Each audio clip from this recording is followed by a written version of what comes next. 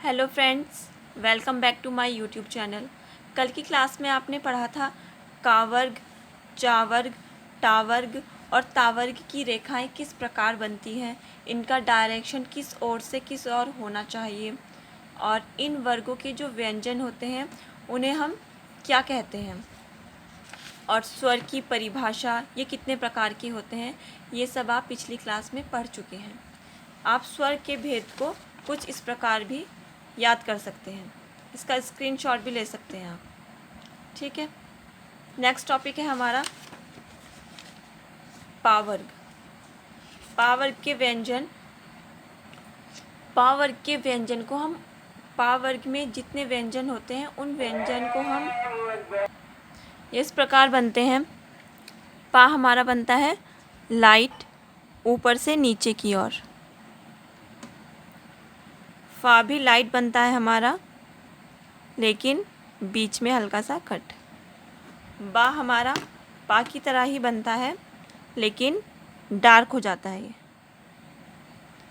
और भा हमारा फा की तरह बनता है, लेकिन डार्क। उसी प्रकार हमारे या देखिए, या हमारा कुछ इस तरह बनता है।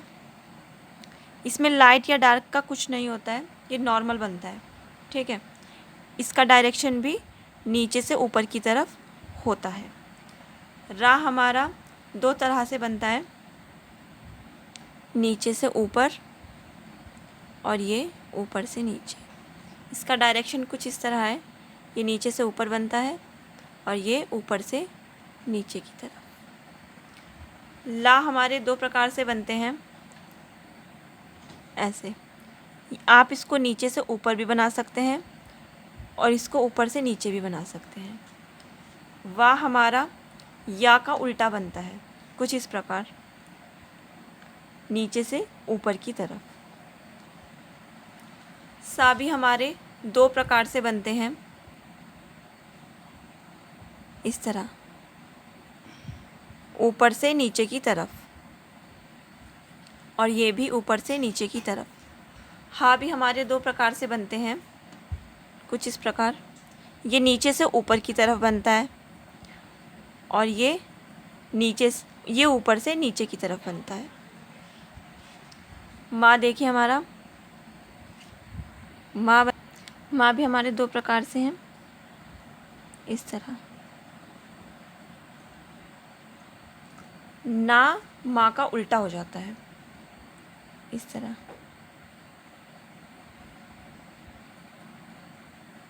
इसके बाद आता है हमारा अणा। ये हमारा बनता है रा के जैसे।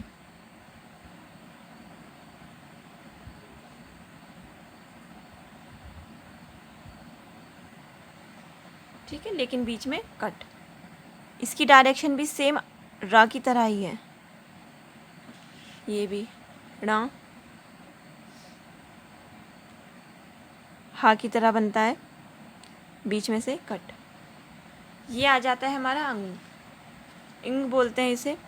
ये ना को डार्क करके बनता है,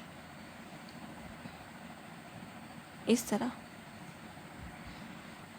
आज हमारे आशुलिपि के 31 व्यंजन पूरे हो चुके हैं, लेकिन कुछ व्यंजन ऐसे होते हैं जो संयुक्त व्यंजन कहलाते हैं। जो दो व्यंजन मिलकर बनते हैं उन्हें संयुक्त व्यंजन कहते हैं। जैसे हमारे कुछ व्यंजन छूट चुके हैं, जैसे शा हो गया,